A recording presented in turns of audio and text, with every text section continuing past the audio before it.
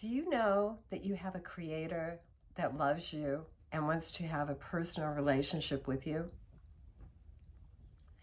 Do you know that you have a creator, God, God of the Bible, who will help you through anything? That the whole goal is to guide you back to Him.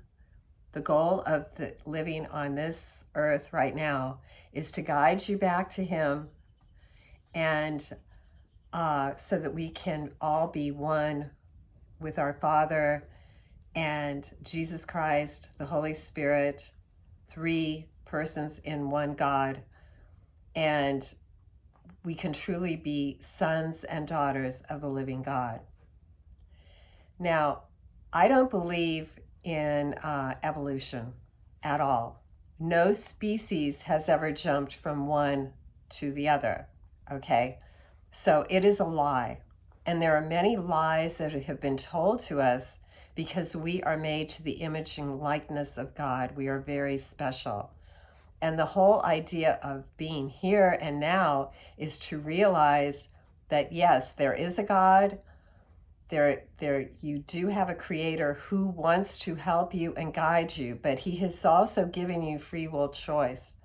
So you can either choose to be with him or not. Okay. And Abraham in the Old Testament of the Bible, what he had was faith without seeing. He believed without seeing. And that's what you need to do at first.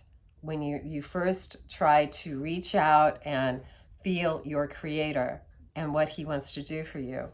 But after you believe for a while, you will receive. Definitely, you will receive. Okay? I'm proof of that, and I want to show you an example of what happened to me when I was about 22, and I realized that when I asked for his help, he actually reached out to me. And it just blew my mind when this happened. So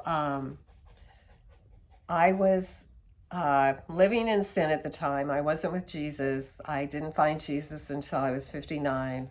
So I was all caught up in New Age and all kinds of yoga, all kinds of other things. And so I didn't really know what was sinful and not. I should have, and probably didn't want to know because I was living in sin. I probably knew that I was. Anyway, so I was living with a guy, and we were living in an old house that was sectioned off into apartments. And they were small apartments, but it was really cool place up on the Riviera with this beautiful view of the city and ocean over Santa Barbara, California. Anyway, so he always had people coming over. He was, he liked people. And so I wanted to be a writer at the time. And so I liked my privacy. But the apartment that we had, everything was pretty open, even though there were, some like half walls would separate like the bedroom from the living room. It was a small place. So you couldn't really get away to be alone, even if someone was coming over. So I knew that I was supposed to be loving. I knew that, yes, I'm supposed to be loving. But I got really irritated when he announced one Saturday morning that some people were coming over. And I just walked out of the house kind of huffing and, talking to myself and going, God, I know that I'm supposed to be loving, but, this really irritates me that these people are coming because I just want to be alone and try to write. And so you tell me what is right. I don't know what is right. You tell me. And it was like I was demanding almost, but in a good way, not in a, but please tell me, Lord, you have to tell me. So I walked up the street, where half a block from my house was this Orpit Park. And I started walking around the trail. Well, as I got to the bottom of the park, it was a small park, and I was asking the whole time, God, please show me. I need to know. I need to know because, I didn't know. So as I got to the bottom of the park, I looked up and I I started to walk on the outside of the park, up the sidewalk, and I looked up to the middle of the park, and there was a man standing in the middle looking down at me. Well, when I came back up around the outside of the park, he was walking up as I was passing, and he goes, "Oh, isn't it beautiful? Here it's so quiet." And I had been thinking, I'm, it was a fairly busy street in back of us, going up the Riviera. So I was thinking, I'm driven out, and it's too much noise and all the stuff that I was thinking. But he goes, "Isn't it really nice?" And he goes, and I go, yeah, I guess. And he goes,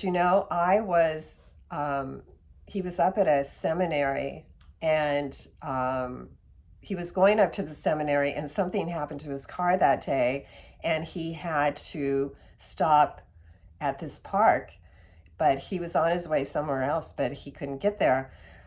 So as he says this to me, he goes, a lot of times I love my neighbors and whatever, but a lot of times they come over and I just want to be alone. And, I have to get away.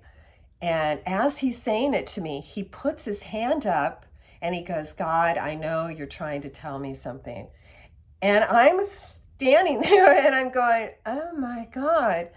I asked and received. He was telling me exactly what I needed to hear, that, both it's good to love your neighbors, but also you need the time to be alone, And in the Bible, Jesus was alone quite a bit. He would go off by himself and pray to the Father, So both are good, But that was the first time in real time that I had asked and received, okay? So I just wanted to share that with you. Amazing. I was like dumbfounded, and I realized, well, God will answer you. God is here. He's omnipresent. He is everywhere. He's not in everything, but he is everywhere. He permeates the area. You can feel him. It's tangible. And so he will work with you and speak to you in different ways. And a lot of times he will speak to you through other people. Ask and receive. Knock and the door will open. Believe and receive. You can't be half-hearted thinking he's not there. I knew he was there.